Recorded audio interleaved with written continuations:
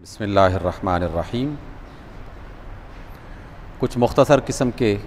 इस सवालात लोगों ने किए। एक साहब ने सवाल किया और ज़ाहिर है कि दीगर अफराद के लिए भी मुफीद हो जाते हैं ये सवालात कि रोज़े की हालत में अगर जिस्म के किसी हिस्से को चोट लग जाए और ख़ून बहना शुरू हो जाए तो क्या उससे रोज़े को कोई फ़र्क पड़ता है? ने खून के निकलने से रोज़े को कोई फ़र्क नहीं पड़ता और रोज़ा उसी तरह बरकरार रहता है जिस तरह आपने रखा है। आप उसकी मरहम पट्टी करके खून का रोकने का बंदोबस्त कर लें और अपने रोज़े को मुकम्मल कर लें।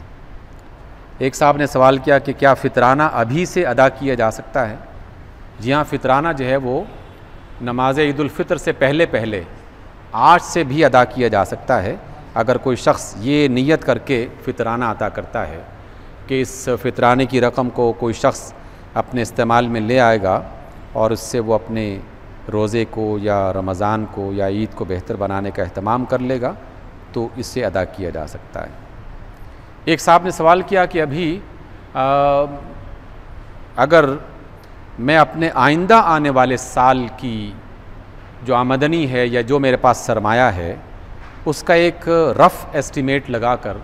उसकी ज़कात अभी से पेशगी अदा करना चाहूँ तो क्या मैं उसकी पेशगी किस्तवार हर महीने एक ख़ास अमाउंट जो मेरी ज़कात की बनती है उसे मैं किस्तवार अदा कर सकता हूँ? जी हाँ, ऐसा भी हो सकता है कि एक शख्स उसकी आइंदा साल की जो आमदनी है और वो अपने लिए एक सहूलत महसूस करता है कि अभी उसके पास कुछ पैसे हैं और वो हर महीने उसमें से कुछ ना कुछ पसंदाज करके ज़कात अदा करना चाहता है, तो वो इस नीयत से अदा कर सकता है कि मैं अपने इस पूरे साल के अख्ताम पर जब दोबारा हिसाब किताब करूँगा तो उसमें जो मेरे ज़िम्मे ज़कात की रकम रहेगी तो उसको मैं पूरा कर दूंगा और जो कमी बेशी होगा इसका हिसाब किताब बाद में कर लिया जाएगा। इस नीयत से पेशगी के तौर पर भी ज़कात उस रकम पर अदा की जा सकती है जो अभी इंसान के पास नहीं आई। और हर एक इंसान को इसका अंदाज़ा हो सकता है अगर वो कुछ अंदाज़ा लगाना चाहे, लेकिन ये कोई शर्त नहीं है कि पेशगी अदा करो। अल्लाह ने और उसके रसूल ने तो एक साल गुजरने के बाद ज़कात अदा करने का हुक्म दिया है और असल हुक्म यही है। लेकिन अगर कोई शख्स किसी वजह से पेशगी अदा करने में सहूलत महसूस करता है तो वो ये काम कर सकता है। सदक़े के हवाले से एक साहब ने सवाल किया कि क्या सदक़े की रकम जो है वो मस्जिद में और मस्जिद के मुख्तलिफ़ अशिया ख़रीदने में सर्फ़ की जा सकती है? सदक़े की रकम उसकी नीयत के मुताबिक होगी, जिस तरह की उसकी नीयत होगी उसी तरह का अमल वो कर सकता है। अगर उसकी नीयत सिर्फ़ फ़ुक़रा मसाकीन की मदद करना है तो वो सदक़ा सिर्फ़ और सिर्फ़ उन फ़ुक़रा और मसाकीन की मदद करने में सर्फ़ होगा। और अगर उसकी नीयत यह है कि वो अपने इलाके की मस्जिद के अंदर जो कमी है उसको पूरा करना चाहता है और उसकी मुख्तलिफ़ ज़रूरियात को पूरा करना चाहता है तो वो ये सदक़ा मस्जिद को भी दे सकता है। उसकी नीयत के मुताबिक वो ये काम कर सकता है। फ़िदिये के बारे में एक साहब ने सवाल किया कि फ़िदिया जो है वो किस अंदाज़ में देना चाहिए? क्या किसी को खाना खिलाना ही लाजमी है? अगर कोई शख्स किसी को खाना खिला सकता है तो ये भी हो सकता है और ये अच्छा अमल है। लेकिन अगर कोई शख्स ऐसी सूरत महसूस नहीं करता या उसे ऐसा फ़र्द मुयस्सर नहीं है कि जिसे वो हर रोज़ फ़िदिये के तौर पर खाना खिलाने का अहतमाम कर सके तो वो अपने पूरे महीने की फ़िदिये की रकम किसी एक गरीब को, मिस्कीन को दे सकता है और ये कह सकता है कि ये तुम्हारे पूरे रमज़ान में इस पूरे महीने के लिए जो ख़र्चा है, जो एक दिन का खाना पीना उस फ़र्द के अपने ज़ाती घर के अंदर यानी उसके अपनी ज़ात में जो वो हर रोज़ ख़र्च करता है उसके मुताबिक कि मैं एक दिन में कितना खाना खाता हूँ उस पर कितना ख़र्चा आता है, वही ख़र्चा उस फ़िदिये की रकम बनेगा और वही रकम मजमूई तौर पर पूरे महीने की किसी एक फ़र्द को या मुख्तलिफ़ अफराद को दी जा सकती है। इसके साथ मज़ीद ये भी सवाल किया कि एक शख्स ने फ़िदिया दे दिया है लेकिन दौरान रमज़ान उसकी सेहत थोड़ी सी बेहतर हो गई या उसकी हिम्मत में इजाफ़ा हो गया और वो ये सोचने लगा कि चलो रोज़े भी रख लेता हूँ, तो क्या फ़िदिये की रकम कम करनी चाहिए या रोज़ा नहीं रखना चाहिए? नहीं, उसने फ़िदिया अदा कर दिया है तो वो अल्लाह के नाम पर ख़र्च हो चुका,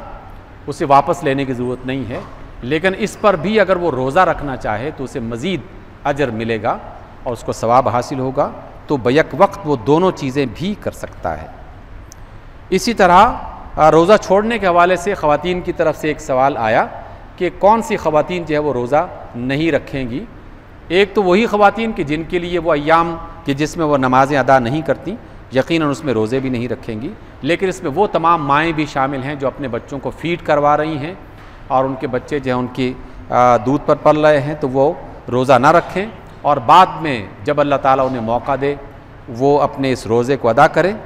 और कुछ लोगों ने ये भी कहा कि अगर वो माएँ अपने हवाले से फ़िदिया अदा कर दें और फ़िदिया अदा करने के साथ साथ जब उन्हें मौका मिले तो वो अपने छूटे हुए रोज़े भी रख दें, तो ये जिसे कहते हैं सोने पर सुहागा, ये वाला मामला बन जाता है, यानी उनके अजर में मज़ीद इजाफ़ा हो जाएगा। एक सवाल ये है कि अगर किसी शख्स को गुस्ल की ज़रूरत है तो क्या वो इस हालत में रोज़ा रख सकता है? जी हाँ, अगर किसी शख्स को गुस्ल की ज़रूरत है और सहरी का वक्त शुरू हो चुका है तो उसे सहरी खा के और अपने रोज़े को शुरू कर देना चाहिए और फिर रोज़ा जब रोज़ा रख ले तो फिर उसके बाद गुस्ल करके नमाज फ़जर का एहतमाम उसे करना चाहिए। जुमे की सुन्नतों के हवाले से ये सवाल मुख्तलिफ़ औक़ात में किया गया कि जुमे की सुन्नतें पहले और बाद में किस तरह अदा करनी चाहिए। मैंने इसकी वजाहत में ये बात मुख्तलिफ़ औक़ात में कही कि सबसे बेहतर तरीक़ा तो ये है कि दूसरी अज़ान से पहले पहले मस्जिद में आके 4 रकतें सुन्नत अदा की जाए, ये सबसे बेहतर तरीक़ा है। अगर कोई शख्स उस दूसरी अज़ान से पहले मस्जिद में नहीं आ सका तो वो बाद में अगर आया है तो दौरान खुतबा वो सिर्फ़ 2 रकतें अदा करना चाहे तो वो कर ले। और आप अलैहिस्सलाम की ये तालीम है, आपने एक आध मौके पर इस बात की तलक़ीन की है कि अगर वो खुतबा शुरू होने के बाद सुन्नतें अदा करना चाहता है तो वो सिर्फ़ 2 रकतें सुन्नतें अदा करे, ज़्यादा अदा न करे। जुमे के बाद अगर वो मस्जिद में सुन्नतें अदा कर रहा है तो वो 4 सुन्नतें अदा कर ले, ये ज़्यादा मसनून तरीक़ा है। और अगर कोई शख्स मस्जिद में सिर्फ़ फ़र्ज़ नमाज पढ़ के अपने दफ्तर में, दुकान पे, घर में जाना चाहता है तो उसे इस बात की इजाज़त है और वो सुन्नतें घर में जाके अदा कर सकता है। और घर में अदा करने की सूरत में भी वो 2 सुन्नतें अदा कर सकता है या करनी चाहिए, और अगर वो 4 अदा करना चाहे तो कोई हरज नहीं है। और सबका मुताला करने के बाद असल जो नतीजा निकलता है वो ये है कि जुमे की नमाज से पहले 2 सुन्नतें अदा करने का एहतमाम करना चाहिए और जुमे की नमाज के बाद 2 सुन्नतें अदा करने का खुसूसी एहतमाम करना चाहिए। इसके बाद मज़ीद वो 4 पढ़े, वो 6 पढ़े, वो मज़ीद और इजाफ़ा करना चाहें, कोई हरज नहीं है। ये नवाफिल हैं और नफलों में तादाद के हवाले से कोई ऐसी ख़ास पाबंदी नहीं लगाई जाती, उसका मिनिमम जो हिस्सा है वो बयान किया जाता है। मैक्सिमम के बारे में अल्लाह ताला ने उसकी रुख्सत दे रखी है और उसको अदा किया जा सकता है। आजकल रमज़ान में कुरान मजीद की तिलावत लोग कसरत से कर रहे हैं, तो बहुत से लोगों ने ये इस्तिफ़सार किया कि बाज़ औक़ात ऐसा होता है कि नमाज तिलावत के दौरान सजदा तिलावत आ जाता है और उस मौके पर वो तिलावत करने का उसे फ़ुर्सत नहीं मिलती। मसलन दुकान पे बैठ के तिलावत कर रहा है या किसी और जगह तिलावत कर रहा है, तो सजदा तिलावत कब करे?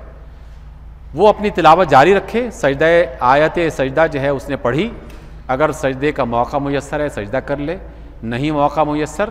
तो जब भी वो मस्जिद में आए या घर में नमाज अदा करने का उसे मौका मिलता है, दफ्तर में अदा करने का मौका मिलता है, तो बाद में वो रह जाने वाला सजदा अदा कर सकता है। पूरे कुरान के सारे सजदे भी बैक वक्त अदा किए जा सकते हैं, इसमें कोई ऐसी बड़ी पाबंदी नहीं है। लेकिन ज़्यादा अच्छा तरीक़ा ये है कि जैसे ही वो आयत सजदा आए तो फ़ौरन अपने सर को झुका के